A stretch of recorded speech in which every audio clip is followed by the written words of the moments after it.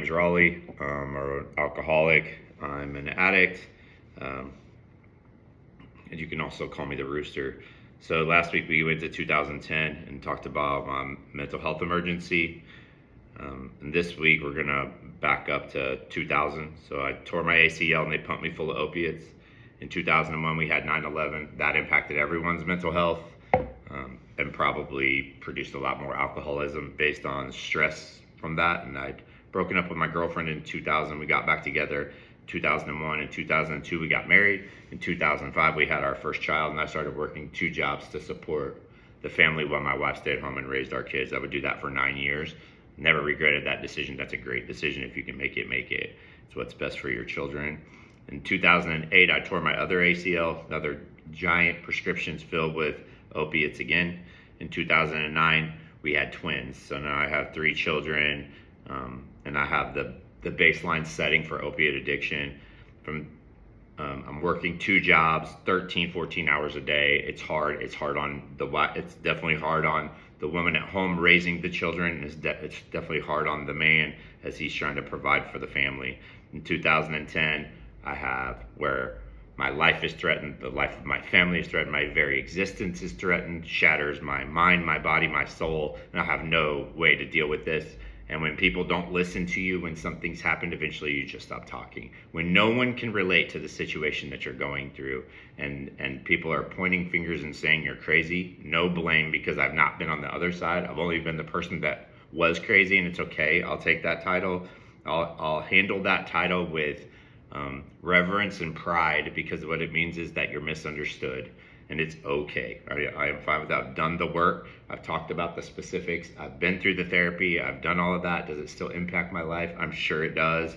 I've been different ever since that day. When your world is shattered, it changes you forever. So 6 weeks in a mental health facility between 2010, 2011, 2013, I have a child that's diagnosed with pediatric myoclonic epilepsy. In 2016, my wife is diagnosed with cancer.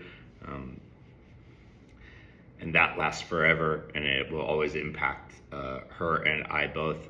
Always the same. That word cancer strikes fear into each and every person. It's a terrible burden to deal with all the time. In 2018, I went to rehab for the first time, fresh out of rehab.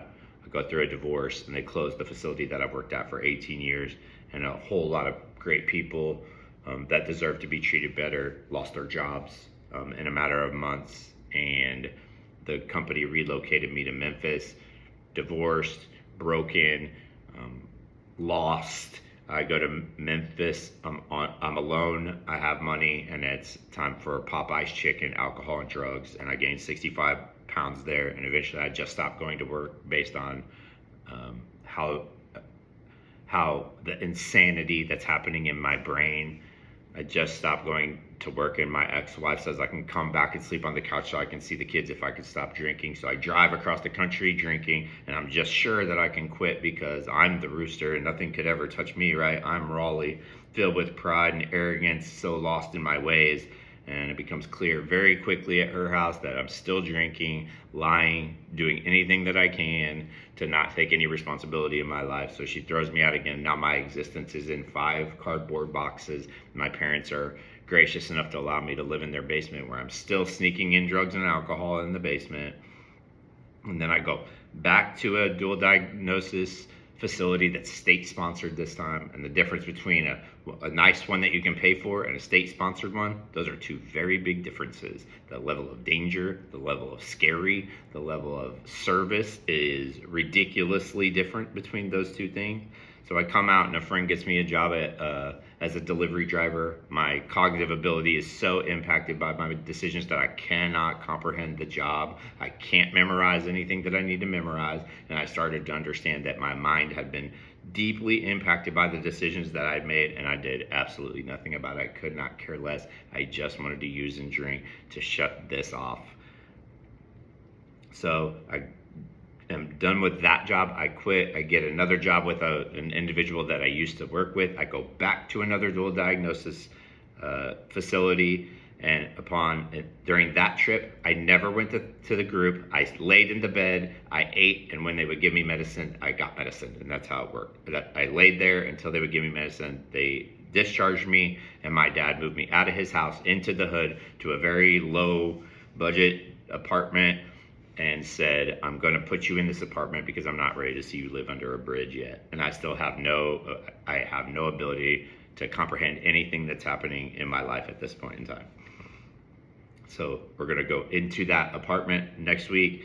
And I'll say the poem this week is Freedom.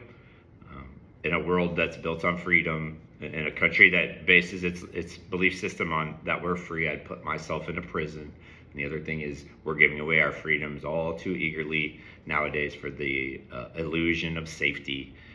Freedom is precious, and I gave up my own freedom, built my own prison for self-destruction based on my decisions and my inability and my immaturity to take responsibility in my life and understand that I needed to be an adult. Now I was still a child in an adult's body that had no tools to comprehend or cope with anything that had happened to me.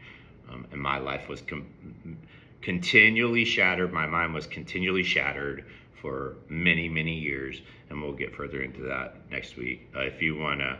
So at this point in time, these are the things that I've lost. I've lost a house, 2 jobs, 2 apartments, 3 kids, 3 dogs, 2 401ks I've cashed out, a truck, a car, lots of cash. I've destroyed relationships with my mother, my brother, my sister, my wife, my 12 closest friends. I've lost my mind, my sanity, all my cognitive ability is gone, and I have no idea who I am. I've lost myself.